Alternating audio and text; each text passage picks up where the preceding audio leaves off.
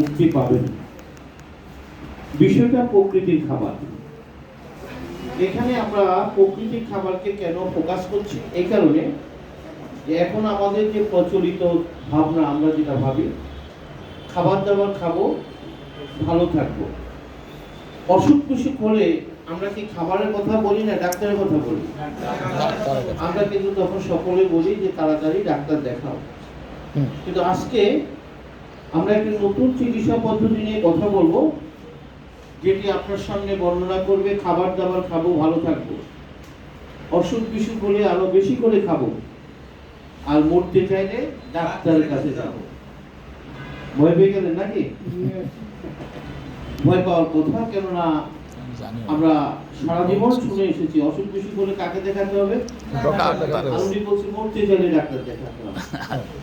হ্যাঁ, আমি দায়িত্ব নিয়ে বলছি, আমাদের কোনো অসুখ বিসুখ ছিল না, আমাদের অসুখ বিসুখ শুরু হয়েছে আপনি যখন ডাক্তার দেখিয়েছিলেন।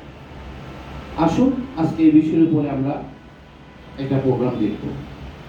আপনি ইতিমধ্যে জেনেছেন এই প্রোগ্রামগুলো আমেরিকার বিভিন্ন ইউনিভার্সিটি কলেজে এই প্রোগ্রামগুলো স্টুডেন্টদের পড়ার জন্য নির্বাচন করেছে। আর যারা আমার সম্পর্কে জানতে চান, just you go to Google, type doctor Shibendra Karmakar, Google আপনাকে বিস্তারিত তথ্য দেবে। তো আসলে আমরা প্রোগ্রামটি দেখব। প্রোগ্রামটি শুরুর আগে আমরা দুটো পয়েন্ট ঠিক করে নেব। প্রথম পয়েন্ট, আমরা এখন অসুস্থ হলে কার কাছে যাই? তিনি একজন ডাক্তার যিনি মিনিমাম এমবিবিএস পান। আমরা অসুস্থ হলে ডাক্তারের কাছে যাব, এটি আমাদের কোনো নিষেধ নেই, কিন্তু আজকে আমরা কিছু ভুল তথ্য সংশোধন করব। প্রথম যেটি, আমার ডাক্তাররা রোগীদের প্রেসক্রিপশনে কি খেতে দেয়? আমরা সকলে বলি যে তিনি কিছু মেডিসিন খেতে দিয়েছেন, কি তাই বলি না? জি। আজকে থেকে এই তথ্যটি সংশোধন করতে হবে। ডাক্তাররা রোগীদেরকে কখনো মেডিসিন খেতে দেন না, তিনি রোগীদেরকে খেতে দেন ড্রাগ দেয়। ড্রাগ এবং মেডিসিন এক জিনিস না, ড্রাগ অনেক পার্থক্য। তার মধ্যে প্রধান যে পার্থক্য, ড্রাগ মানুষের তৈরি, মেডিসিন প্রকৃতির তৈরি। ড্রাগের কোনো রোগ নিরাময় ক্ষমতা নেই, মেডিসিনের রোগ নিরাময় ক্ষমতা আছে। ধরে একটা হাততালি চাই। এই যে অসুস্থ মানুষগুলো দিনের পর দিন, বছরের পর বছর বড় বড় ডাক্তার দেখিয়ে দেশ বিদেশ ঘুরে কি খাচ্ছে? কি খাচ্ছে? ড্রাগ। চিকিৎসা বিজ্ঞান কোথাও সমর্থন করে না ড্রাগ দিয়ে রোগ ভালো হয়। তাহলে বুঝতে পারছেন যে রোগীরা কি ভয়ঙ্কর বিপজ্জনক পরিস্থিতিতে দাঁড়িয়ে আছে। তারা একটি বড় আশা নিয়ে দিনের পর দিন ডাক্তারের কাছে যাচ্ছে, অথচ চিকিৎসা বিজ্ঞান এটা সমর্থন করে না। তাহলে আমাদের আজকের আলোচনা কি নিয়ে হবে? ড্রাগ না মেডিসিন? মেডিসিন। আমরা ড্রাগ নিয়ে কোনো কথা বলবো না, এটা ডাক্তার এবং রোগীর ব্যাপার। অর্থাৎ আপনি যদি রোগী হিসেবে জীবনযাপন করতে চান, আপনাকে অবশ্যই ডাক্তার এবং ড্রাগের পরামর্শে চলতে হবে। কথাগুলো মনোযোগ দিয়ে শুনতে হবে। আর আপনি যদি সুস্থ দেহ নিয়ে চলতে চান, তাহলে আপনাকে মেডিসিনের পরামর্শে চলতে হবে। তাহলে আজকে আমাদের আলোচনা হবে কি নিয়ে? মেডিসিন না ড্রাগ? মেডিসিন, ন্যাচারাল মেডিসিন কথা বলবো। ড্রাগের বিষয়টা ডাক্তার এবং রোগীর ব্যাপার। সেকেন্ড পয়েন্ট, আমরা একটা চ্যালেঞ্জ নিচ্ছি। সেটি কি? আমরা বলছি একটি ন্যাচারাল মেডিসিন অনেক রোগ ভালো করে। তাই তো শুনেছেন নাকি? এই সর্বাধুনিক চিকিৎসা বিজ্ঞানের যুগে এই বক্তব্য কতটুকু সমর্থনযোগ্য? কেননা আমরা জানি প্রতিটি রোগের জন্য নির্দিষ্ট ডাক্তার, নির্দিষ্ট হাসপাতাল রয়েছে, চিকিৎসা পদ্ধতি রয়েছে। আপনি বলছেন যে একটি প্রোডাক্ট খেলে অনেক রোগ ভালো হয়ে যায়, এটি তো কবিরাজি কথা। এই কথা কারা বলে? কবিরাজরা বলে যে একটি মাগুলি লাগাবেন তো সব ভালো হয়ে যাবে। তো আমরা কি তাহলে কবিরাজ? জি। আজকে আমরা দায়িত্ব নিয়ে এসেছি কবিরাজ। আজকে আমরা দেখিয়ে দেব একটি ন্যাচারাল মেডিসিনেই সব রোগ ভালো করতে পারে। আর বিষয়টি বোঝার জন্য আমরা মডার্ন মেডিকেশনটাকে একটু সামনে নিয়ে কথা বলবো। মডার্ন মেডিকেশনের কনসেপ্ট হচ্ছে one body many doctors many drugs. দেওয়া কয়টা? একটা। ডাক্তার কতজন? ওনারা আমাদের দেহটাকে ভাগযোগ করে নিয়ে গেছে। একজন ডাক্তার আমরা রোগীরা আছি বিপদের মধ্যে, কোন ডাক্তার দেখাবো, কি তাই না? জি। আসুন না, আজকের এই প্রেজেন্টেশন থেকে যদি আমরা দেখিয়ে দিতে পারি যেহেতু একটা ডাক্তার একজন মেডিসিন একটা, আজকে আমরা দেখিয়ে দেব এক দেহে অনেক কোনো ডাক্তারের প্রয়োজন নেই, এক দেহে অনেক কোনো মেডিসিনের প্রয়োজন নেই, এক দেহে একজন ডাক্তার একটি মেডিসিনে সকল রোগ নিরাময় সম্ভব। তাহলে কি আমরা প্রোগ্রামটি দেখব? এখানে আমি মেডিসিনের যে ডেফিনিশনটি দেব এটি শুধুমাত্র এক্সপেক্টর বা সুইস জার্মের প্রোডাক্ট না। আমার মেডিসিনের ডেফিনিশন হবে প্রকৃতির খাবার। আপনি সকাল থেকে রাত পর্যন্ত যত খাবার খাবেন সব খাবারকে মেডিসিনে রূপান্তর করতে হবে। খাবারে যে মেডিসিন হতে পারে এটি প্রথম বলেছিলেন হিপোক্রেটস। হিপোক্রেটসকে বলা হয় ফাদার অফ মেডিসিন, চিকিৎসা বিজ্ঞানের জনক। আজ থেকে ২৫০০ বছর আগে প্রাচীন গ্রীসে তার জন্ম হয়েছিল। চিকিৎসা বিজ্ঞানে অবদানের জন্য তাকে বলা হয় ফাদার অফ মেডিসিন। তিনি একটা কথা বলতেন, যে খাবার খেলে রোগ সারে সেই খাবার আপনার দেহের জন্য মেডিসিন। কিন্তু তিনি যখন এই কথা বলতেন সেটি প্রমাণ করার জন্য আধুনিক কোনো চিকিৎসা বিজ্ঞানের সূচনা হয়নি। তাই চিকিৎসা বিজ্ঞানের দৃষ্টিতে সেগুলো প্রমাণ করার সুযোগ ছিল না। কিন্তু আজকের আধুনিক সায়েন্স হিপোক্রেটসের বক্তব্য সমর্থন করে। যারা একটা হাততালি চাই। আমাদের আজকে আলোচনা হবে আধুনিক বিজ্ঞানের আলোকে। তাহলে আসুন আমরা প্রোগ্রামটি দেখব। আমার সাথে বলবেন একবার, one body one doctor one medicine. একটি মেডিসিনে কিভাবে আপনি সকল রোগ মুক্তি পাবেন। আমাদের এই মেথডটি কোথায় কাজ করবে? Life cell therapy. আমি একটা প্রেজেন্টেশন দেখাবো, এটা প্রত্যেকটা স্লাইডের সাথে পরবর্তী স্লাইডের একটা সংযুক্তি রয়েছে। আমি চেষ্টা করব 1 ঘন্টা কম সময়ের মধ্যে প্রোগ্রামটি শেষ করতে। ঠিক আপনি যদি মনোযোগী থাকতে পারেন আমার আলোচনা, 80% রোগ এখনই নিরাময় করে নিতে পারবে ইনশাআল্লাহ। এটা হাততালি হতে পারে তো? তাহলে অবশ্যই আলোচনাটা মনোযোগী শুনতে হবে। আর 20% বাসায় গিয়ে প্র্যাকটিস করবেন। আপনি 80% না বুঝেন তাহলে 20% আপনি বুঝতে পারবেন। তাহলে আসলে আমাদের মেথড কাজ করবে life cell therapy. What is life cell therapy? Cell life therapy has to repair and regenerate human body cells and therefore enhance immunity. এখানে বলছে সেল মানে কোষ। বলছে কোষকে যদি রিপেয়ার করা যায়, রিপ্লেস করা যায়, রিজেনারেট করা যায় তাহলে ইমিউনিটি বাড়বে। ইমিউনিটির বাংলা অর্থ রোগ প্রতিরোধ ক্ষমতা। ইমিউনিটি শব্দটি এসেছে ইমিউনোলজি থেকে, রোগ প্রতিরোধ বিজ্ঞান। পৃথিবীর সমস্ত মেডিকেল স্টুডেন্টরা যখন এমবিবিএস করতে গিয়েছিল তারা অনেকগুলো বই পড়েছে। তার মধ্যে একটি বই ছিল ইমিউনোলজি। তাহলে বলুন তো দেখি, পৃথিবীর সব ডাক্তার কি জানে ইমিউনিটি কি?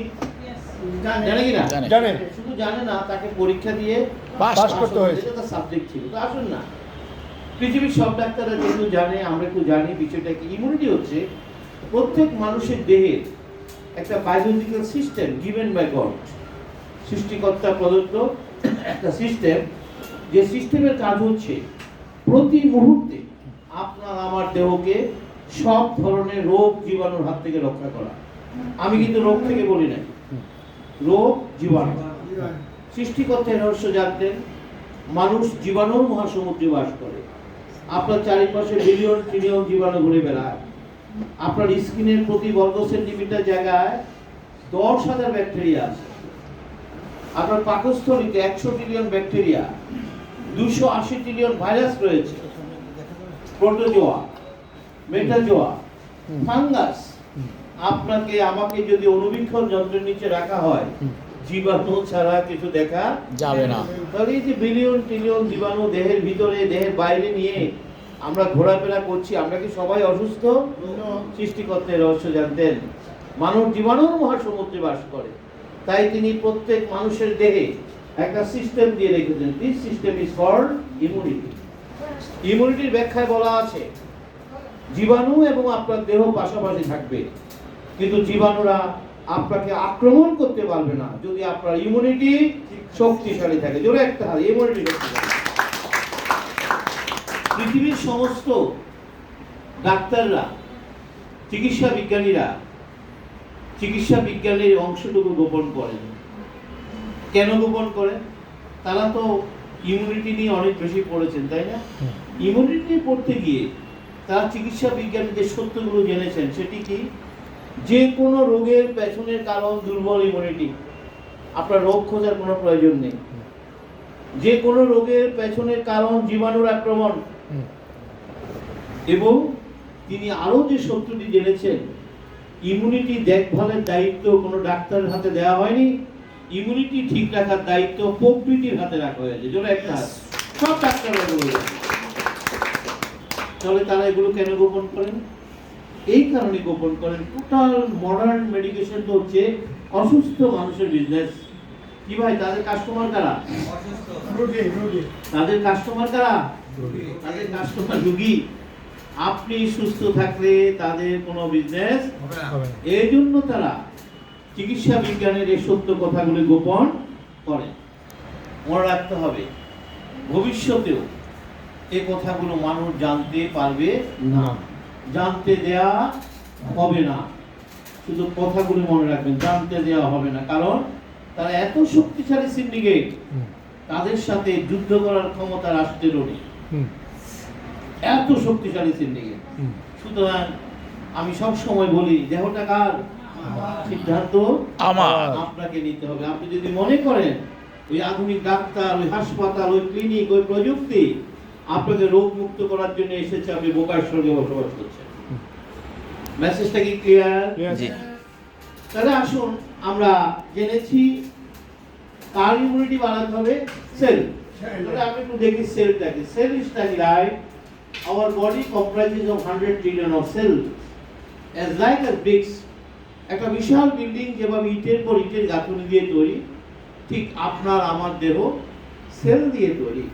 প্রতিটি সেল টাইনি লাইফ, ক্ষুদ্র জীবন। তাহলে আমরা কি বলতে পারি আমাদের দেহটি 100 ট্রিলিয়ন জীবনের একটি ইউনিট? বলে কি বলবে?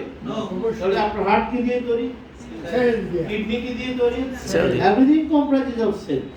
তাহলে আপনার বডিতে যদি কোনো সমস্যা হয়, সমস্যাটা কোথায় হয়েছে? চিকিৎসাটা কোথায় হচ্ছে? ছেলে হওয়া উচিত। পৃথিবীর সমস্ত মেডিকেল স্টুডেন্টরা যখন এমবিবিএস করতে গিয়েছিল, প্রথম যে শব্দটির সাথে তার পরিচয় ঘটেছিল সেটি কি? সেল। সে কিন্তু সেল দিয়ে চিকিৎসা বিজ্ঞান পড়া শুরু করেছে। এবং সেল নিয়ে পড়তে গিয়ে চিকিৎসা বিজ্ঞানের যে সত্যটি তারা প্রথমে জেনে গেছে, কোষের চিকিৎসার দায়িত্ব কোনো ডাক্তারকে দেওয়া হয়নি। কোষের চিকিৎসার দায়িত্ব শুধুমাত্র প্রকৃতির হাতে রাখা হয়েছে। জোরে একটা হাততালি চাই। তখন মনোযোগ দিয়ে শুনতে হবে। তাহলে উনি কিসের ডাক্তার? সেলের ডাক্তার না হার্টের ডাক্তার? উনি হার্টের অনেক বড় ডাক্তার, কিডনির অনেক বড় ডাক্তার, লিভারের অনেক বড় ডাক্তার। আমার সমস্যা কি লিভারে না লিভারের কোষে? আমার সমস্যা কিডনি না কিডনির কোষে? কিডনির কোষের সমস্যা হার্টে নয়, হার্টের সেলে কোষে। বলুন তো দেখি, আসলে কি আমরা চিকিৎসাটা পাচ্ছি? না। আমরা যে চিকিৎসা পাচ্ছি না, এটারও প্রমাণ আপনার হাতে। কি? এই যে এত আধুনিক ডাক্তার, এত আধুনিক হাসপাতাল, এত আধুনিক চিকিৎসা পদ্ধতি, পরিসংখ্যান বলছে মানুষ ভয়াবহ অসুস্থ। এখনো প্রতি বছর 1,70,00,000 মানুষ হার্ট অ্যাটাকে মারা যাচ্ছে। 90 কোটি মানুষ কিডনি ডিজিজে আক্রান্ত। অথচ আমরা দাবি করছি আমাদের নাকি অনেক আধুনিক হার্টের ডাক্তার রয়েছে, আমাদের নাকি অনেক আধুনিক কিডনির ডাক্তার রয়েছে, কিডনি হাসপাতাল রয়েছে। অথচ পরিসংখ্যান বলছে মানুষ ভয়াবহ অসুস্থ। উত্তরটা কিন্তু আপনার হাতেই, উত্তরও কিন্তু আপনার হাতে। সমস্যাটা কোথায়? সমস্যাটা কোথায়? সেলে। কোষের চিকিৎসার দায়িত্ব ডাক্তারের হাতে নেই। ভবিষ্যতে হয়তোবা চিকিৎসা পদ্ধতি আরো আধুনিক হবে, আপনি সুস্থ থাকতে পারবেন না। আমার কথাগুলো ভালোভাবে বোঝার চেষ্টা করেন। আপনি চিকিৎসা ব্যবস্থার আরো উন্নতি হবে, কারণ আপনি সুস্থ থাকতে পারবেন না। কেননা কারণ মূল জায়গায় চিকিৎসার দায়িত্ব ডাক্তারের হাতে নেই। মেসেজ কি ক্লিয়ার? তাহলে আমরা বুঝে গেলাম যে আমাদের সমস্ত সমস্যার জায়গা কোথায়? সেল। তাহলে আমরা একটু দেখি আমরা রোগী হলাম কিভাবে? আমরা কিন্তু হঠাৎ করে রোগী হই নাই, আমরা ধীরে ধীরে রোগী হয়েছি।